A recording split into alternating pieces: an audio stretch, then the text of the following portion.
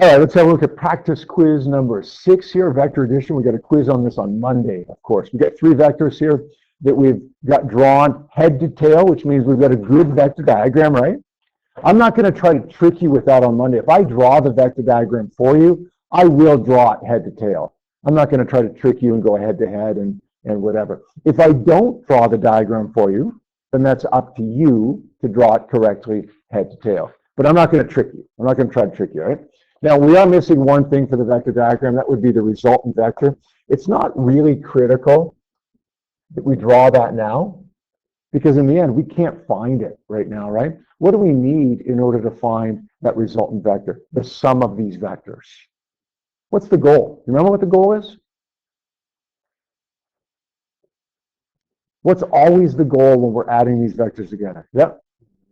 We got to get a right angle triangle. Now, because I don't have a right angle triangle, I can't solve for that red line vector, what's going to become the hypotenuse. So if you draw it now, that's great. Kind of helps us visualize what's going on. But if you don't draw it, not the end of the world either. It's important to draw it when we do that right angle triangle. It's kind of optional right now. If you do draw it, make sure that you're drawing it from start to finish. In other words, tail to tail, head to head. All right. What do you see here? What jumps out at you here? Anything that bothers you here at all? Anything that bugs you? Anything you don't like here? Yeah. Yeah, I got a funny angle. What do you say when you see a funny angle, Zane? I don't like funny angles, right? So we take the funny angle off to the side and we deal with it. We get rid of it so that we never have to deal with it. We never have to do anything with it again. I'm going to take the 30 degrees, 25 meters off to the side. I'm going to label X and I'm going to label Y. And then I'm going to do a little trig, nice, easy grade 9 trig, right? In order to figure out what that X and Y component is. The X component is which side of the triangle? Is that opposite or adjacent?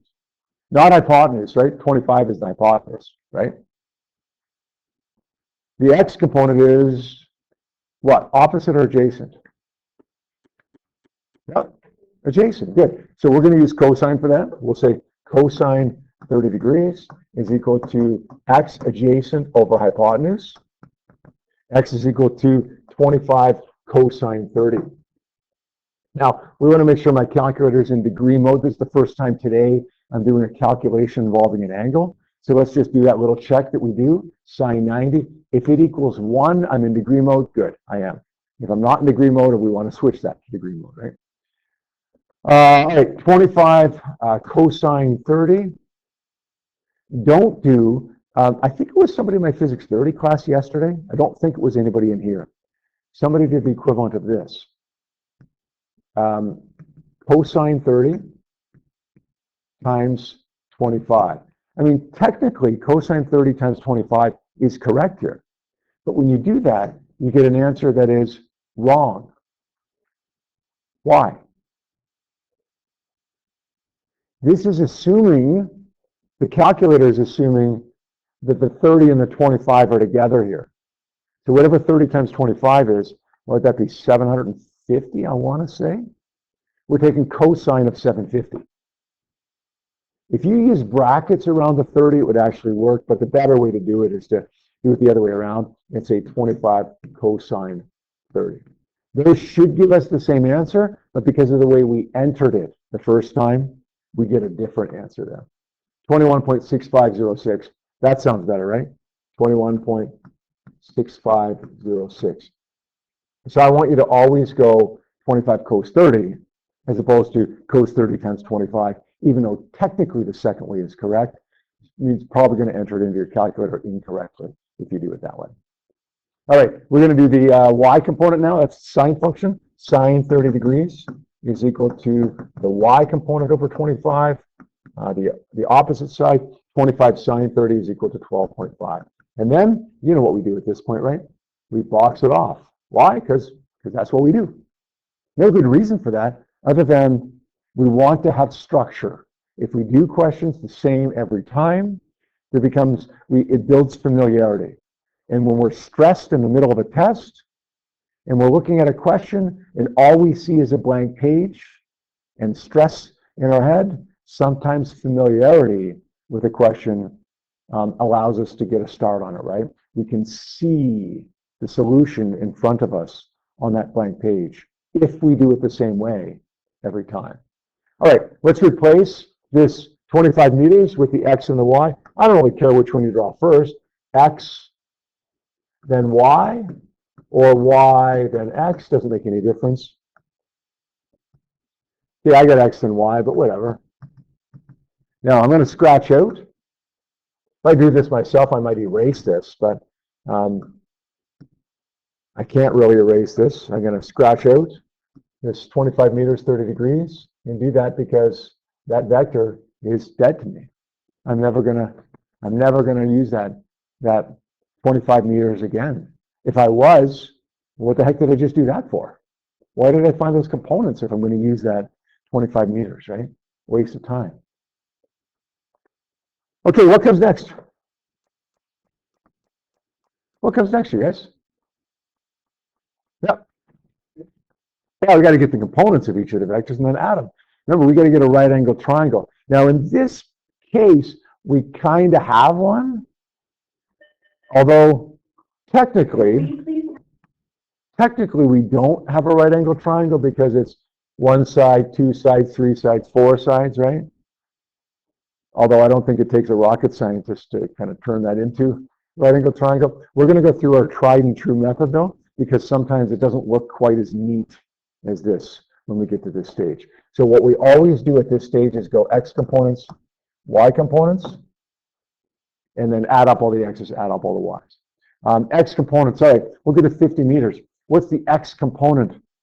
The X component of the 50 meters here. 50, right? Yeah, positive 50 because it's to the right.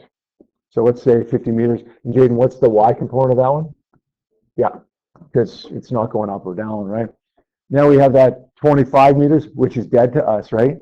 Nick, what's the X component of that 25 meters? Don't say 25, okay? Because that's dead to us, right? Yes, exactly. 21.6506. And Nick, that's positive, right? Because it's to the right. What's the Y component there? Yeah. Yeah, and it's negative because it's good. So don't forget the signs here, right? Positives, negatives. What about that last one, that 50 meter vector?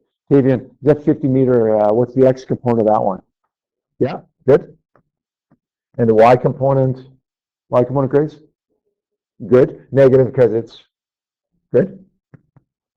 Now we add these up, right? 50 plus 21.6506 is 71.6506. And then negative 12.5 plus negative 50 is negative 62.5 meters. Now, no matter how ugly this diagram looked, this one doesn't look crazy ugly.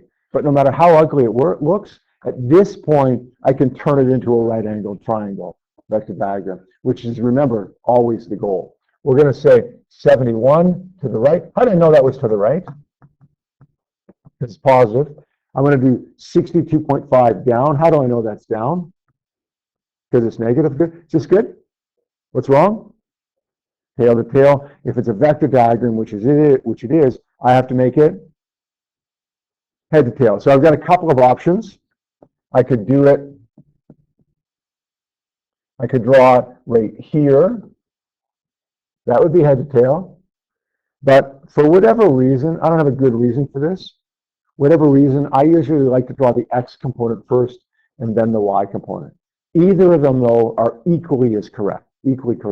As long as they're drawn head to tail, it doesn't matter whether it's X then Y, like I have it drawn here, and like I usually do draw it, or whether it's Y then X. Both are correct. Okay, this is 62.5. We dropped the negative there.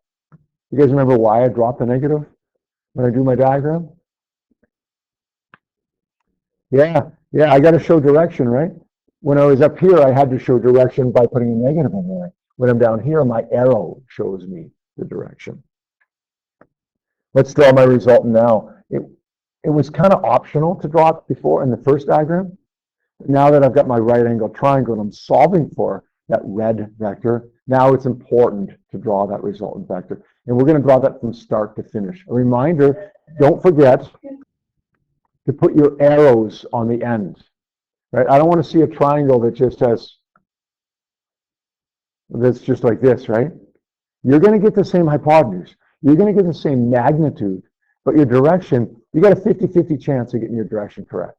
Okay, when I look at this, where do I label my angle? Position 1, 2, or 3? Who knows? Position 1 or 3, it's 50-50, right? When I look at this one, where do I label my angle? Position 1, 2, or 3? There's no question. It's position 3, because I always draw it at the start of the vector diagram. If I don't put arrows on there, it's 50-50 as to where the diagram starts. If I put my arrows on there, it's a certainty. My diagram starts in the top left-hand corner. All right, let's finish this off here now. We're almost there. Let's go R, or if we were thinking like math, it would be C, right? A squared plus B squared equals C squared, or in this case, X squared plus Y squared equals R squared. R is the square root of 71.6506 squared plus 62.5 squared. And we've seen before that some of you need brackets here on your calculator when you're typing this in. Some of you do not need brackets. If you're not sure if you need brackets, put them in. Let's figure out what we get here. Square root, bracket. I'm going to do brackets, even though technically on mine I don't need them. Bracket 71.6506. Don't forget to square it. Plus 62.5 square. By the way, you can see that I've dropped the negatives here as well. Once I draw that right angle triangle vector diagram, I'm not going to use the negatives again, because it's only magnitudes of stuff that I'm going to use at this point. That gives me 95. Where am I going to round that to? 2 digits? Yep. I'm going to get R is equal to 95 meters. There's the magnitude of the resultant, the magnitude of the sum of the vectors. How do I find my angle? Theta, which is drawn at the start. Which trig function am I going to use for that? Yeah. I'm going to say theta is equal to the inverse tan. Now, technically, you could use any of the trig functions because we now also have the value of the hypotenuse. So technically, you could use cosine with adjacent in hypotenuse or sine with opposite in hypotenuse. But I recommend using tan, opposite over adjacent, because if I've made a mistake with my Pythagorean theorem here, I can still get my angle correct. Does that make sense, you guys? If you use sine or cos and you've made a mistake with your Pythagorean theorem, your angle is also going to be wrong. All right, inverse tan. What's my opposite side here, Lauren? Is it 71 or 62? Opposite. Yeah, 62.5 meters divided by adjacent side 71.6506. Now, we've already checked to make sure my calculator is in degree mode. I don't need to do that again. I'm just going to go inverse tan, 62.5 divided by 71.6506. And the bracket, I get a value of 42 digits, 41 degrees. And finally, the last thing here. I'm going south and I'm going east here, right? South and east. My angle is measured from the what? From the south or east, Jaden? Yes, I'm measuring my angle from the east, but yet I'm going south. South from the east, or we're going to say south of east. So 41 degrees south of east. And finally, if any of you guys, when you're working on this homework, happen to have drawn it like this, we know this would be correct, right? You know that if you do it this way, you're going to get an R value of 95 meters, and you're going to get a theta value of 49 degrees. But how would we express that 49 degrees to still be correct? Yep.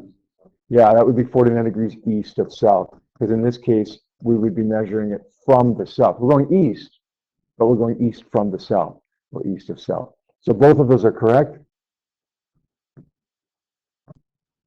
And you know what we say, right? Which way is the best way? The right way. And they're both the right way. So 6 to 1/2 dozen of the other, which one you end up using.